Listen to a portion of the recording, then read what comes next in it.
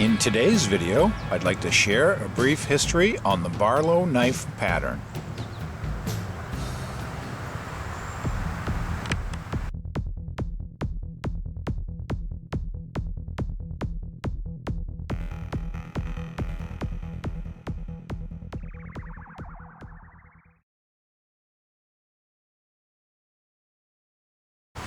Welcome to Island Outdoors 1, and thank you for tuning in.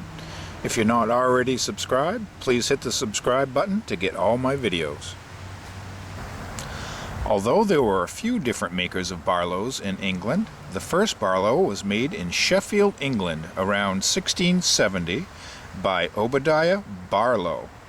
He was succeeded by his grandson John Barlow in 1710, and John Jr. succeeded him in 1745. And it was him that was responsible for developing the exportation of the Barlow knives to America. It is thought that John Russell was the first American to manufacture Barlow knives at the Russell Harrington Cutlery Company in the Greenfield, Massachusetts factory in 1875. Hard to believe that from 1745 to 1875, all other Barlows were imported from England. Oftentimes, the Barlow was a boy's first knife given to him by his father. So what is a Barlow knife? It was a knife designed to be tough and affordable, or cheap and sturdy. To accomplish this, they made them with an extra long bolster at the pivot end, and bare or no bolster at the other end. Originally, they came with a carbon steel blade and smooth bone handles. Very little finishing and polishing was done to these knives. There were basically three classes of Barlows: the Daddy Barlow, around 5 inches long; the Standard Barlow, around 3 3/8 inches long; and the Baby Barlow, under 3 inches long. The Barlows can usually have clip point or spear point master blades. They can be single blade knives or come with a smaller secondary blade, usually a pen blade. Other configurations are available too. Nowadays, fit and finish is generally much better, and you can find some very attractive models to choose from. Companies like Case, Bear & Son, Boker, Robeson, Rough Rider, and Schrade still make Barlows and are quite popular still. Now, I don't have a big collection of Barlows at this time, but I will show you two examples that I do have. I just love the sleeve board or teardrop pattern and hope to add some more to my collection in the future. So this is just a cheap example of a Barlow, and it's made by Imperial, Ireland. Can you see that? And it's the type of knife you'd find in the counter of a gas station or a convenience store, in probably a big pail of knives that are cheap for $5 or $10 a piece, and just something you'd pick up if you were on a camping trip before you go. If you were getting supplies, you might want to pick up a cheap pocket knife to take with you.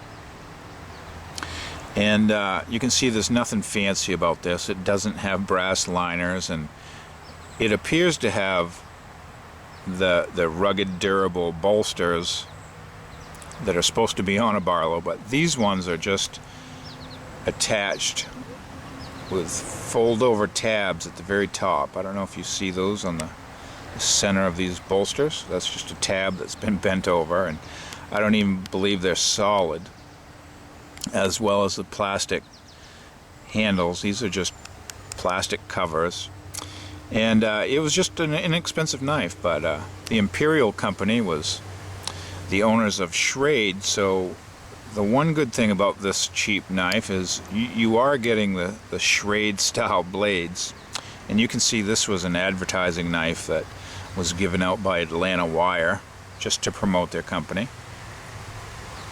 And I don't think they could have picked out a cheaper knife to represent their company. But it is a good example of the original Barlows were designed to be a cheap, affordable, but sturdy knife. And you can see the fit and finish on this is lacking, as would probably the original Barlows. There wasn't a lot of polishing or fitting of the components. They were made to do work. They were not made to be collectible.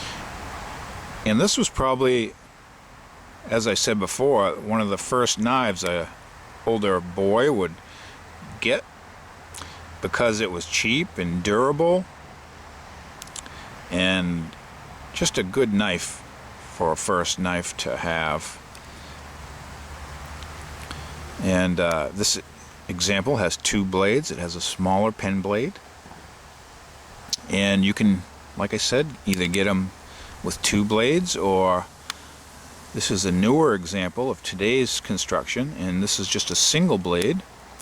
And this is a Schatt and Morgan Barlow, and it has a spear point main blade compared to the clip point in the Imperial. And this one has stag antler handle covers, which is kind of a high-end material, and it has a beautiful cannon style shield on it. And I have a video on this knife if you'd want to search through. I'll put a link in the description if you want a full review of this. But it's an excellent example of a modern day Barlow design, and just has that beautiful teardrop shape, and the rugged, solid bolsters, and the pin does go right through this all the way through, so it's a very rugged style. And these extra long bolsters give it a little more support in this area of the handle and blade. So these typically didn't wear out as fast as a smaller bolstered knife, but just a great pattern with the sleeve board shape or teardrop shape, and a very handy knife. This one has a half stop, and all of you Barlows are going to have the extra long bolster, and just a great pattern. Originally designed to be a cheap working knife, and today it's still a beloved pattern that companies put a lot of effort in. So I hope you enjoy your Barlow knife if you have one, and I'd love to hear if you have a favorite Barlow, what it is. Just leave a comment down below and let me know what your favorite Barlow is, or maker of your favorite Barlow. And I thank you for watching, and I'll see you in my next video.